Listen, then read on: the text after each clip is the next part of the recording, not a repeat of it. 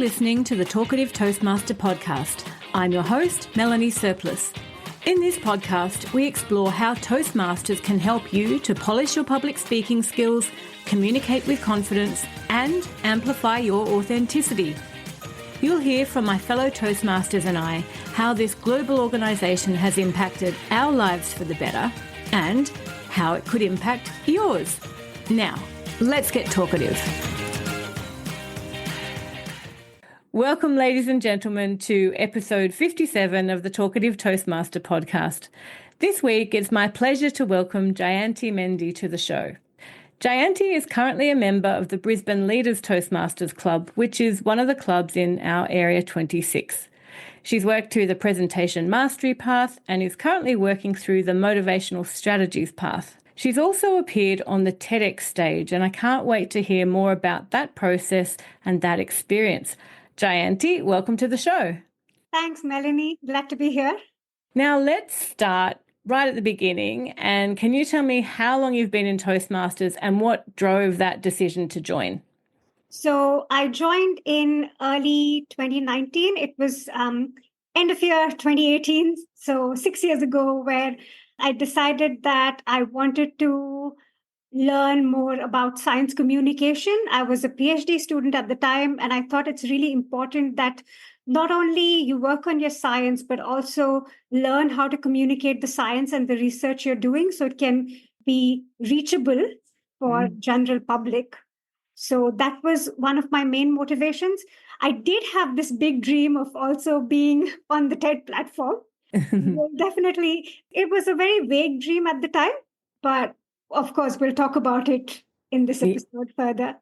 Excellent. And so you're now part of the Brisbane Leaders Club, which meets at the Mount Gravatt Library, the Garden City Library, on Friday nights. How do you find meeting on a Friday night? Because I've not come across a club previously that meets on Fridays. How do you find that?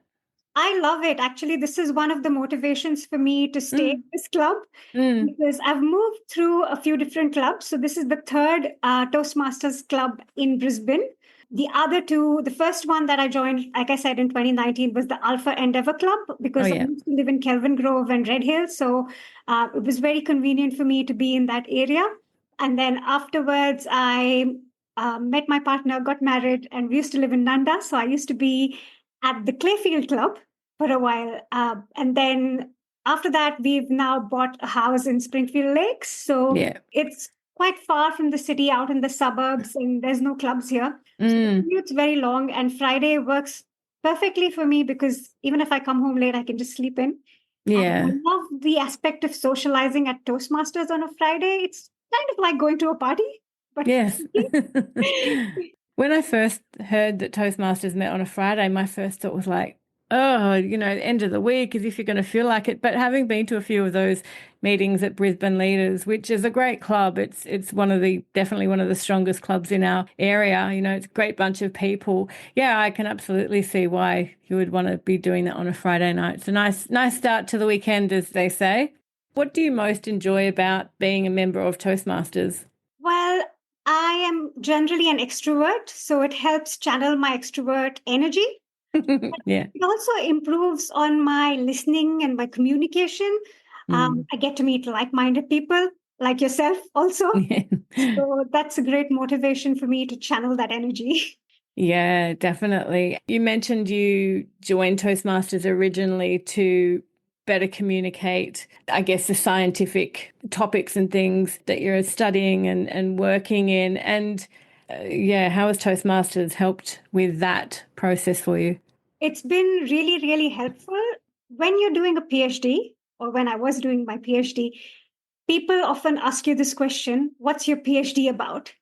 And you cannot answer saying, it's about polydopamine coatings helping in regeneration and dental implant tissues with fibroblast regeneration. No, you can't.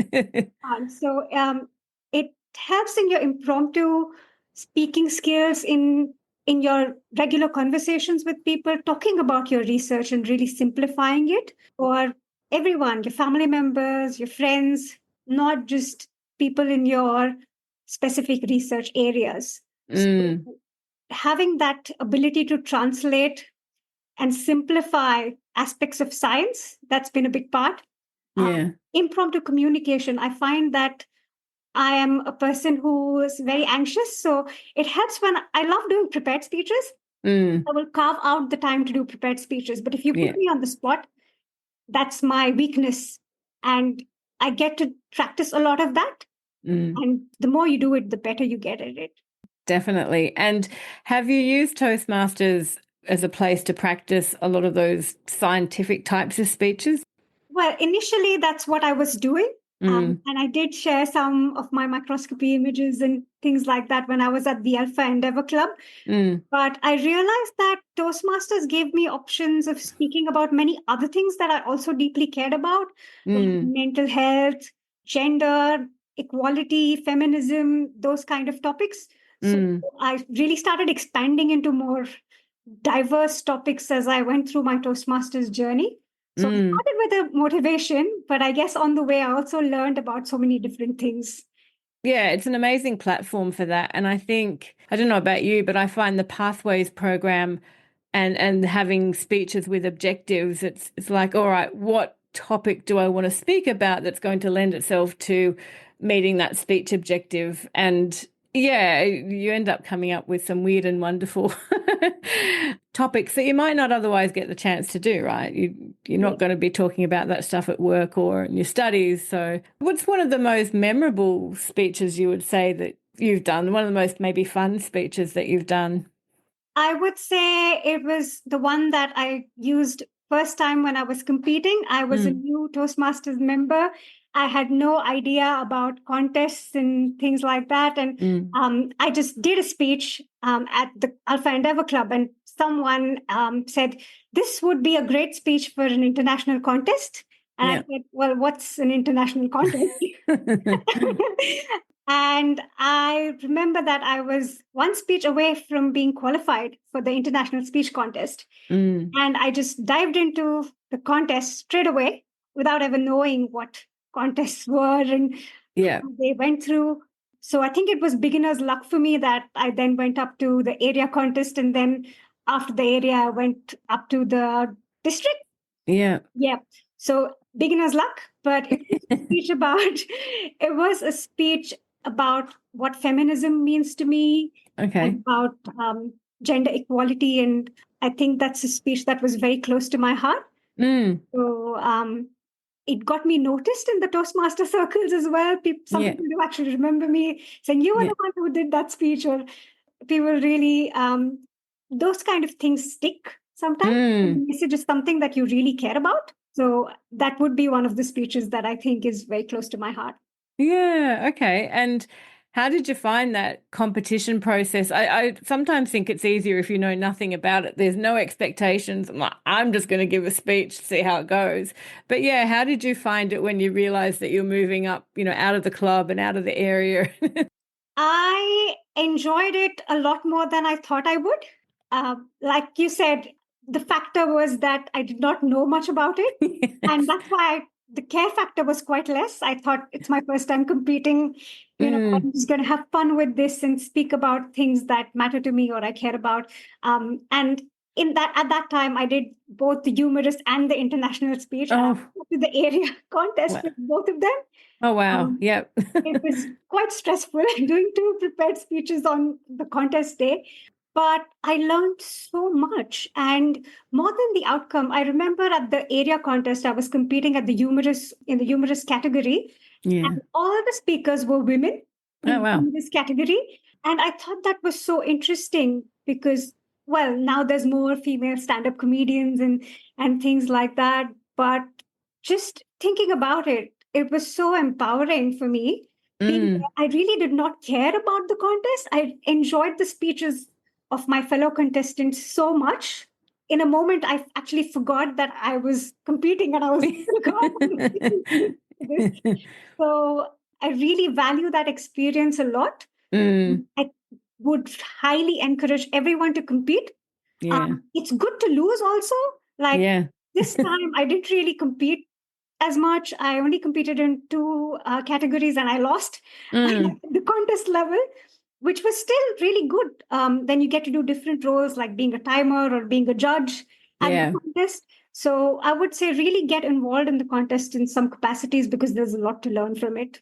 Yeah, absolutely. And whether you're competing or doing a supporting role, as you say, whether you're timing, like you're scrutinizing it and you're watching the second by second, and are they going to go over time? And and you learn about sort of how close some people really push it to the time limit, and either get disqualified or not. Even ballot counting, and how the judging process works, and being a judge and really looking at, all right, what's the best speech on the day according to these criteria. I agree with you. I didn't compete this year. I couldn't compete this year, and did a lot of judging and different parts of the supporting aspects. And you learn heaps about the contest process and speaking and what makes a great speech and what judges are looking for. So tell me about this TEDx experience. And you said you had a vague dream at one point about wanting to do it. How did you get from there to actually getting onto the TED stage? That's an excellent question, actually. So it wasn't really a straightforward path. Some people do think that a TEDx is this amazing thing. You are an expert in your field, or you have this great idea, and then you get called on to be a TEDx speaker. And one day you go on this stage and you stand on this red dot and you deliver this inspiring message, and people take away, and then you're etched on the internet forever. Yeah. Which in some ways is true, but there's also lots of little nuanced things to it that people are not aware of.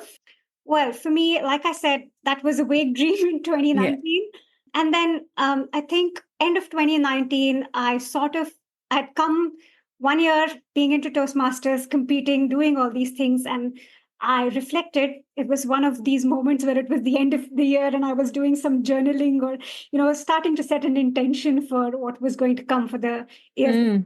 And I thought to myself, well, I think I'm actually good at speaking. So I want to set an intention. And I said, before the age of 35, I want to speak on a TED platform. And at the age of 32 is when I did my TED Talk. So wow, very good. I did check that one off the list. It was very much an intentional thing.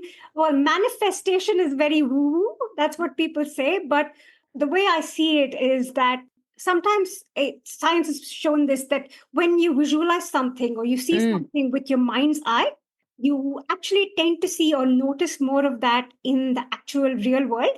So when you really set that intention, sometimes you find ways to just make it happen. You meet the right people and things fall into place for you.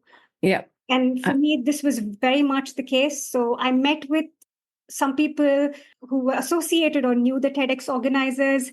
I did have plenty of experience with science communication before that as well. I was doing Toastmasters, obviously, which was a very, very good thing on my application, that I've been doing lots of public speaking before I go into this. And then I had submitted pictures for this contest, which is called Science in Focus or Research in Focus. So I had submitted some microscopy images. So people in the QUT communications circuit kind of were aware of my pictures. Yeah. I pitched this idea to one of the ladies saying, hey, I think I could turn this into a TEDx talk. And she said, that's a great idea. You should do it. And I sought validation from the director of my facility. For example, I said, do you think this is a good idea? Like, yeah. You write up this content, and if you don't get selected for a TEDx, you can use that content for something else. So there's nothing to lose for me. And I decided to submit my application for it, and it went through. So oh, wow. First go. Very good. And do you have to give a speech synopsis? And what's that process like? So what happens with the TEDx QUT, at least, is that there is the selection process. Yep. So you submit an application, say, this is vaguely what my idea is about. And then there's an interview round.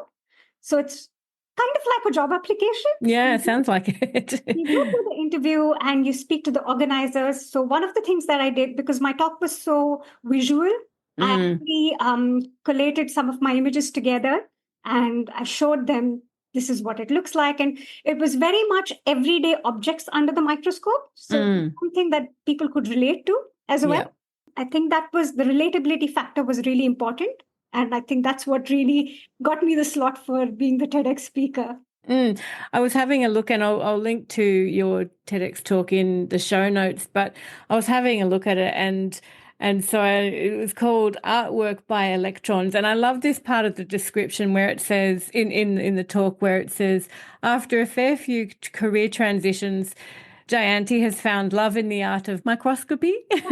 Currently, she's enjoying her romance with the scanning electron microscope, which captures stunning high resolution of pretty much everything from large rocks to tiny bacteria. And I mean, when I first watched it, I thought, oh, it's going to be scientific, and I love what you did with it. And as we were sort of talking about earlier, as a photographer, I just think the way that you're able to use the visuals in that talk really brought it to life. It needed visuals for sure. So what happened then? You applied and they accepted you. What then? Did you get to practice it? Did you have to practice it elsewhere? What happened? So the process, like I said, is not really this thing where you become an expert in something and you get called on. There's a lot that happens behind the scenes. And that year, they had this amazing thing where we would gather together, all of the speakers, and we would give each other feedback. Again, this is one of the things where my Toastmaster skills are very handy, because it's essentially doing evaluations, right? One of the things that Toastmasters teaches you with the evaluations is how not to take feedback personally. This is something really important to me because I am very self-critical. I'm very emotional as a person. Yeah. And I find that when you remove all those elements and just see it from an evaluator's point of view, you're really switched on with your critical thinking. And that's where it becomes very technical then, not personal at all. Yes, good point. Yeah. And that's how not only do you become a good evaluator, but you also become really good at incorporating feedback. You know what to reject, you know what to take on and improve. And you know that nothing's personal. Yeah. For you to become a better speaker, and all of us to collectively have this amazing TEDx event where we have really good audience engagement. So it was really like a crash course, I would say, a very condensed crash course. So we would have group gatherings where we would practice our speech. There was a lot of one-on-one feedback as well from the audience. And these are people who have never even heard of scanning electron microscopy or electron microscopy. Yeah. That's really helpful for me because a lot of people in the audience will be in the same category. Yeah. So I guess how to simplify that message, and it's like, what do you mean by that? What do you mean by that? Was that a lot of the feedback about, like, can you explain it to me like I'm five kind of feedback? It was a little bit of that. Quickly, I think the Toastmasters aspect had already helped me with simplifying things. Yeah. But it was also about getting to the crux or the essence of what I really wanted to say. And I'm going to digress a little bit on this pathway about speaking about, imposter feelings or feelings like, you're not the right person to do this. Because when I was given the opportunity, I was only about 7 months into my role as the full-time microscopist. I was doing microscopy for a long time, but I hadn't been in the role for a long time. And I had to really consciously put those feelings aside and ask myself, what is the message that I really want to deliver? I really want to show people is that science is beautiful and it's meaningful.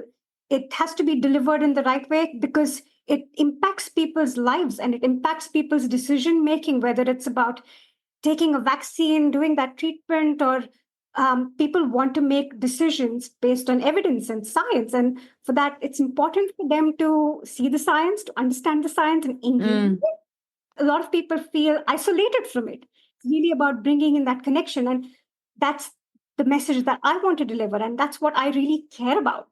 So was it that message and your desire to get that message out to people that was part of what helped you get over your imposter syndrome? And it's like, I'm going to do it anyway. This is what I need to say. Absolutely. Absolutely. And it was this feeling of, look at these pictures. Like what I see in the microscope every day is amazing and beautiful. And I really want other people to see that. Because the motivating factor for me that drove me to do this. It's very cool. And I mean, I would encourage anyone who's listening to go and watch the talk via the link and just sort of see what's under the microscope. But I think as well, what I loved from a photography perspective was how you just added the color, and you've obviously got a creative and artistic view to be able to look at something and go, all right, well, here's how it looks, but here's how I can kind of make it look artistic and even more cool than it already is. Do you spend a lot of time doing that, playing with images? It's a good excuse to procrastinate and have fun. Not just me, I took some images from two other colleagues, one who's specifically from a creative, she's from the Faculty of Creative Arts, and did take some of her images, and I did have a long discussion with her when I was going to present her images. Same as my colleague who had the TEM image of the bone. I definitely wanted to have her image because a lot of people in science, like me and her, we have this creative mind that needs to be channeled. And I think we did such a beautiful job of choosing that color palette and having this philosophical idea that there's a tiny universe within our bodies. Translated that idea. So I've got not just me, but other people who are also doing this. I wanted to be their voice, and I wanted to speak about what they were doing as well. Yeah, very cool. And how many, you talked about the practice episodes and the practice sessions, and how many would you say of those that you did before the actual event? I don't know the exact number, but we started off, I think, in June, and the actual event was in October from memory. Yeah. 2022. So it was a few months and it was quite intensive. So we would meet on either campus, and then it used to be usually in the late afternoons or evenings. So you finish a day of work, and so you do put in quite a bit of time and energy into it. And I think everyone's level is different. Some people I was very invested because I really wanted to put in my best effort. And I think some people are more natural, or they have their content more organized. So it's up to the person, but there is a bare minimum that you are required to put in. Yeah, okay. And when it came down to actually delivering it on the stage, you looked really polished. You obviously, that's the thing about TED speakers. They always they know their content and all of that. But what goes through your mind when you're about to actually deliver it after all that practice? Well, it's very interesting. And the TEDx talk experience is so different from Toastmasters. Yeah. I'm going to tell you a little secret that only the 200 people who attended the talk that they know, and you're going to know, and your podcast listeners are going to know now, is that at the TEDx talk, you're actually allowed prompts. Oh, okay. Yeah. And which is so different to Toastmasters, right? Because you do a Toastmasters contest, you forget something, and that's it. Yeah. Yeah. Whereas in the TEDx, you're allowed prompts, you're getting help. And during my talk, I did actually ended up needing a prompt. And after the talk was done, and it was amazing, people said really nice things, but I actually broke down and started crying after the talk because I felt like, oh my God, I needed this prompt. Yeah. And it made me feel like it was not good enough. But ultimately, I had to think back and say, well, I've achieved this goal, and I've done this job of delivering the message that I wanted to. Yeah. So it was absolutely high and low at the same time. Yeah, a roller coaster. And one of the good things, I say this to people who are going to be delivering TEDx talks, is if you are nervous about speaking in front of a large audience, because before this, I had spoken in front of, say, 70 people, 80 people. I don't know how many people come to the district contest. As many. Yeah, about that. Yeah. And not as many as the TEDx platform. Other than that, I think I have spoken in front of 100 people at my wedding. But you have to listen to me because it's my wedding. Yeah. It's about 200 people in the audience. When I stood there, I couldn't see most of them because in the dark. spotlight's on you. So I tell this to people, if you're worried, don't worry, because you won't be able to see most of the people. Yeah. So you got the feedback and all of that. And then how has that helped afterwards? Because it seems like there's probably a difference in this is part of a body of your work. It's part of your professional, what you do and the profession you're engaged in. And it's always going to be something you can point back to and go, yeah, I did that. So what has happened since then and how has doing that talk perhaps, benefited you? So I'm a very impatient person and I do need some instant gratification sometimes. Yeah. Unfortunately, sometimes not get from a TEDx talk. You have to really wait for it. And in the long term, you see little ripples coming Yeah. out of it. And I think that's starting to happen for me now. I gave the talk 2 years ago. Yeah. I'm still seeing some ripple effects from it.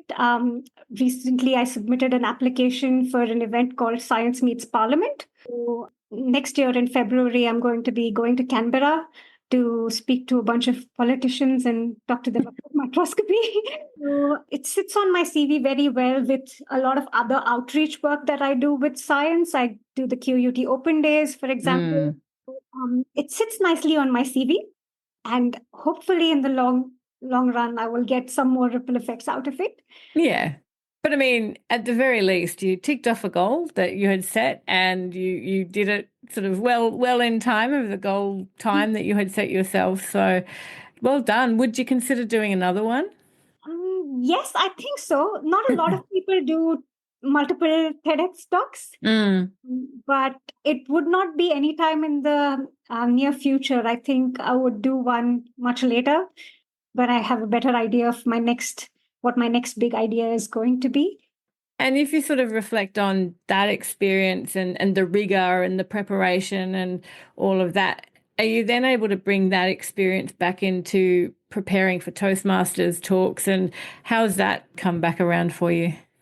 I would say yes, because it's very different from a Toastmasters platform. So it really helps in understanding different platforms of public speaking. And when you're doing mentoring, coaching other people, it helps being a speaker on different platforms, because then you have this broader lens, Yeah. and you've done a few different things, so you can speak to them from that perspective of sometimes at Toastmasters. Toastmasters is a great platform for developing your skills and really applying them to outside of Toastmasters as well. So it shows people that you take those skills, you apply it to different platforms, and also vice versa. Yeah. You take those TEDx skills and things that you've learned better about outreach, about other topics that people speak about. And you learn that taking a prompt is okay. Yes. Yeah. It's okay if you need a prompt, because in Toastmasters, everything gets evaluated so much. So you start becoming very conscious, and you start, especially if you're competing, Yeah. Yes. you look for that perfection. Whereas other platforms are more about really delivering your message. A TEDx platform is not really, it's about public speaking, but it's also about the idea. Yeah. And I guess how you present and package the idea. I mean, that said, you don't, with the TEDx talks or any of the TED talks, you don't necessarily hear a lot of ums and ahs. The speaking is refined, typically. But yeah. That goes behind it. Yeah. Yeah. It's absolutely not you being an incredible speaker since you were born and then get thrown on the red dot. What a fantastic experience to be able to look back at that goal and you did it and to see where it will take you, because it does sit out there on the internet. You also mentioned you do a bit of work for Open Days at QUT, and I've seen some of your other videos on that. Do you like presenting online, or do you prefer presenting, on a stage in front of people? Do you have a preference for that? I'm very much a people's person, so I absolutely prefer in-person events, and speaking in front of a large audience live gives me this feeling of rush. Yeah, that gets converted into an adrenaline rush. Yeah, and do you think you'll be competing in the coming year for Toastmasters? Is that sort of a path that you want to keep going to push yourself in that respect? Absolutely. I think I would love to keep going with the competing. It's such a different thing in your Toastmasters journey as well. The contests really bring out the perfectionist aspect, Yeah. which doesn't exist otherwise. I'm not really a perfectionist, but I'm forced to look at the details. Yes. I'm forced to improve upon things. So it's like you're playing this piece of music. Great musicians, sometimes they're working on the same piece of music for many, many years. In the way I see with Toastmasters, there's people who are taking the same speech and they've really perfected it over a number of years. Yeah, absolutely. In fact, Colin Williams, who was our representative in Anaheim at the World Championship of Public Speaking, who's one of my leading edge club buddies, was saying at a workshop the other day that he practiced his 2 speeches that he took to the World Championships like 300-400 times and had developed them over a period of 10 years. So, sort of, yeah, that's the crafting of the speech and really focusing on the minute detail that most people would go, what does that word matter? What does that word matter? But yeah, I think that's one of the nice things about Toastmasters. You can really get into the detail and geek out on that with other people who go, yeah. I love that aspect about the contests, because one of the things that I learned when I was first competing from Tamsin Terry. I don't know if she listened to this podcast. She was my mentor for the contest when I was competing for the first time, and the main thing that I learned was about how you utilize the space and meaningful use of space, but almost in a choreographed way. Yes. You're doing a dance, but you're doing a speech instead, and it's choreographed like a dance should be. That seems to be because it is one of the judging criteria. There is an element of use of the space. And I think it's a balance between literally, as you say, like dancing around and deliberately going to the 4 corners of the space just for the sake of it and doing it in a way that actually helps to punctuate what you're saying. That point always seems to come up. Yes, and I think it's something that you have to consciously think about and do. I would never done if I had not been on the contest platform where I'm looking at these minute details. So definitely the contests have pushed me to be a better speaker than I ever thought I could be. Yeah, I competed at district level in the evaluation contest this year, and I still got nervous. And I think what was more nerve-wracking about that was doing an evaluation contest in front of several hundred Toastmasters who I knew were evaluating me. It's like, you're under massive scrutiny and it's supportive scrutiny, but that you've got people watching everything you're saying and every movement. And are you making recommendations and is it analytical? And I think sometimes that environment can make it more nerve-wracking than it would otherwise be giving an evaluation of someone's speech because you're aware of the scrutiny, but I guess that's what challenges us, right? Well done, because I think evaluation contests, table topics also, Yeah. responding is so scary. And so is evaluation because it requires a lot of impromptu thinking and speaking. You got 5 minutes to make your notes and Yeah. speak up. So well done. Congratulations. Well, thank you. Well, perhaps a challenge for you next contest season is to try those speeches. And I need to sort of try the prepared speeches. I've never really gone above area level with an international humorous speech. So yeah, I need to switch focus and try something, challenge myself in new ways, I think. Sounds good. Yeah. In terms of goals for Toastmasters, do you set yourself goals each year? Are you looking to achieve anything particularly next year? Well, actually, I had been stuck on the same pathway level for the longest time ever. Well, Friday nights is a big motivation factor, but the other motivation factor was that Anil and the people at Brisbane Leaders, they are quite motivated with pathways. Yeah. And I really like ticking off something. Yes. And, when you complete the project on pathways and you reach the next level, it's it's such a good feeling. I love that feeling, and I haven't had it in a while. So I was really hoping that I get the nudge to complete some Pathways project being at this club. It's been good so far. Anil's pushed me to do a lot of evaluations as well. Yeah. I think I'm doing the things that I dread, which is great for me. Excellent. So what is finishing a pathway? That's sort of your goal, a goal for next year? Or just moving along. Moving along, yeah. Start small. So moving ahead on the pathways is one of the goals for me, definitely. And it's interesting to see some of the clubs really focus on that and encourage, every speech to be a pathways speech, which means that you are building on that educational pathway set out by Toastmasters versus clubs that don't embrace it so much. And I always just sort of think, I am a big fan of pathways. I think there's a lot of value in it, and it's part of the value that we pay for by being a member. So absolutely. When I joined in 2019, I think that's when they were really starting to get on the pathways program, as opposed to the previous, I can't remember what the name was, the previous program that they had before pathways. So I was one of the pioneering people in that club, where people were switching to pathways. And that was a good learning experience for me because I was forced to learn about it. I did. And now being at Brisbane Leaders, where they're focused on pathways, I think that's been really great for me. What's sort of some of the nuances you would say about Brisbane Leaders? I mean, obviously the Friday night meeting is quite unique, but yeah, what's some of the things you love about that particular club?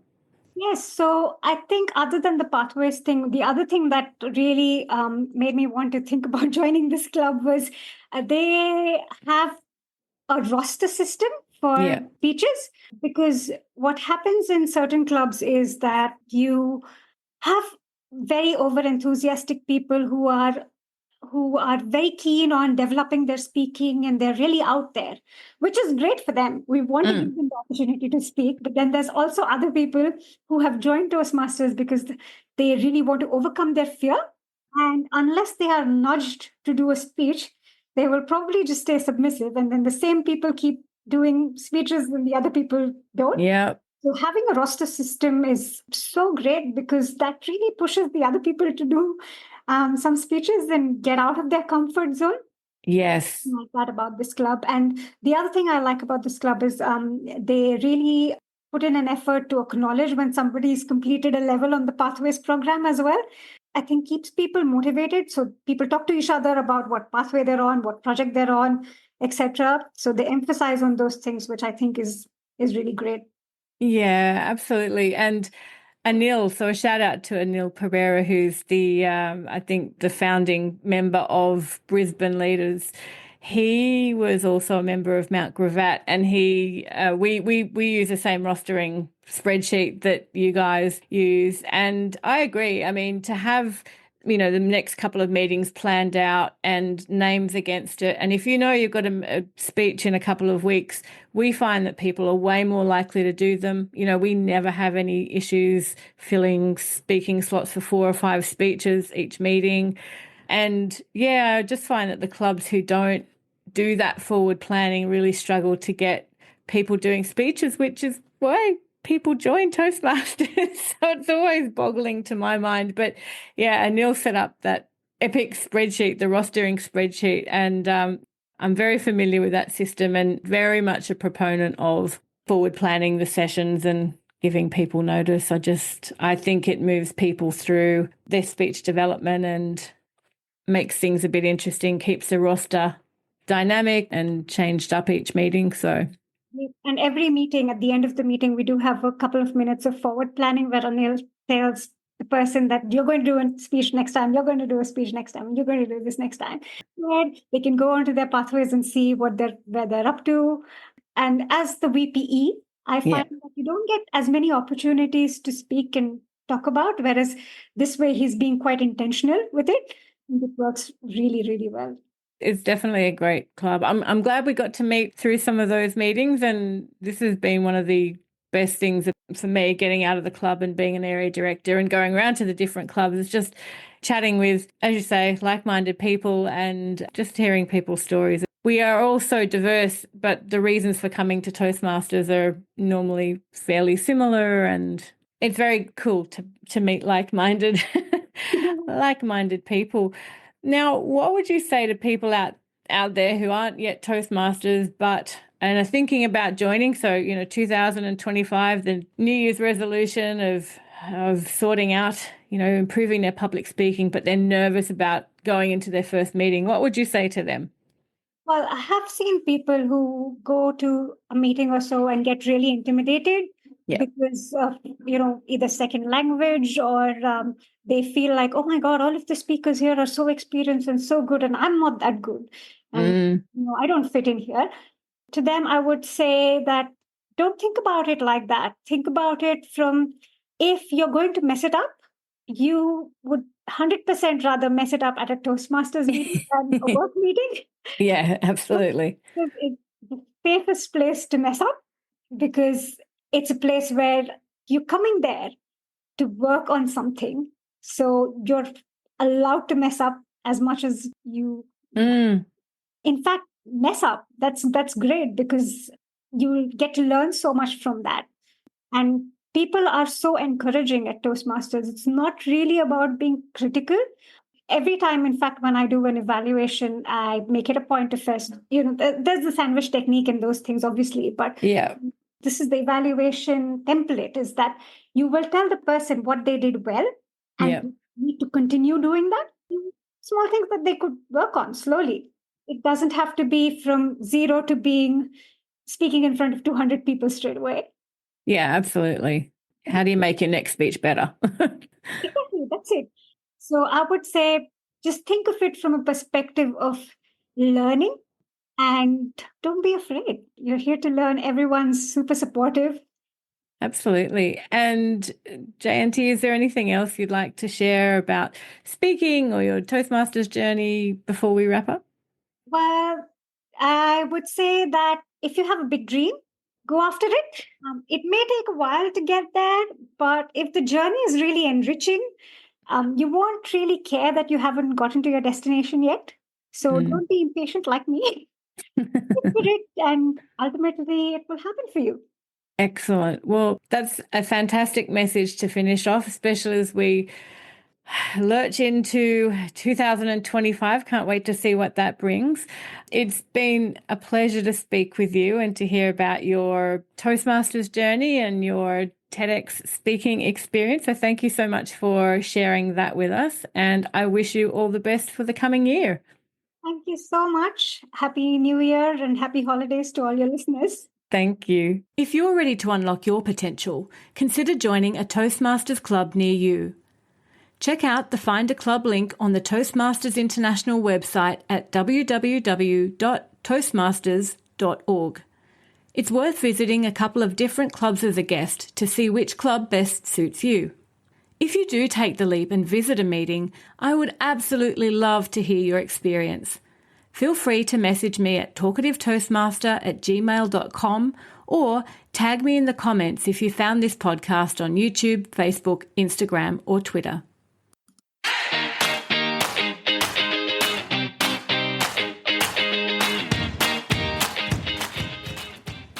Thanks for listening to today's show.